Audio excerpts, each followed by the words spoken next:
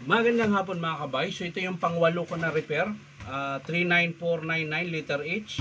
So ito mga kabay gumagana. Ang problema tabingi. Ayan po. Papansin nyo tabingi.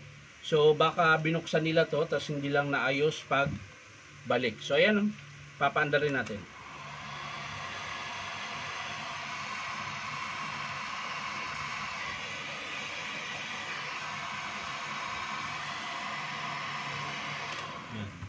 So malakas po yung init niya. Nagbabaga naman siya mga kabay. So baka dito lang sa kanyang housing o baka naman nalusaw yung housing kaya tumabingi. So tingnan natin mga kabay.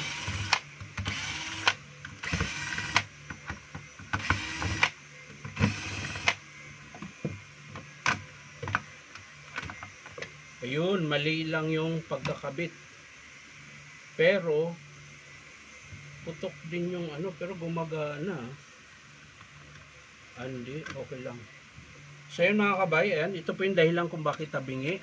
So yung pinaka-ring niya, hindi siya nakapasok sa kanyang lagayan. Ayan, ang layo. Ayan. So ayusin lang natin to. Siguro maaring binuksan nila, baka naputol yung wire, tapos dinugtong nila. Nga lang, ang problema, hindi lang naayos pagbalik. Ayan, so ayos lang natin mga kabay. Ayan. Ito po yung problema kung bakit tabingi.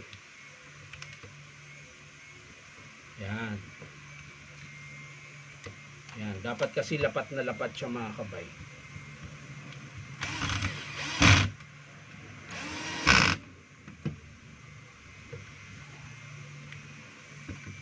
So ayan mga kabay. Tingnan natin. Ayan o. Sintro na mga kabay. So, sara natin para makita natin kung sintro talaga. Tapos, lagay natin itong takip. Ayan. O, diba, pantay na. Kanina, dito, halos dito, dikit na siya rito. So, ngayon, pantay na po yung allowance nung pinaka-element niya. Ayan. So, isasara na po natin ito mga kabay.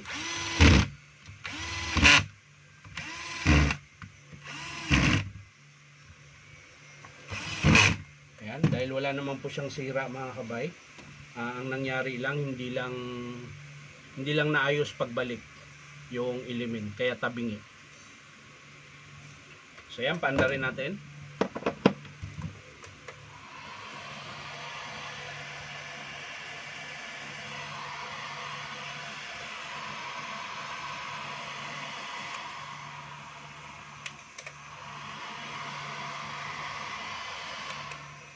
So yan lang mga kabay, maraming salamat sa panunood at palike and share na rin po.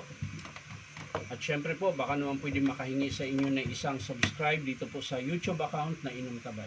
So maraming salamat mga kabay. Bye bye.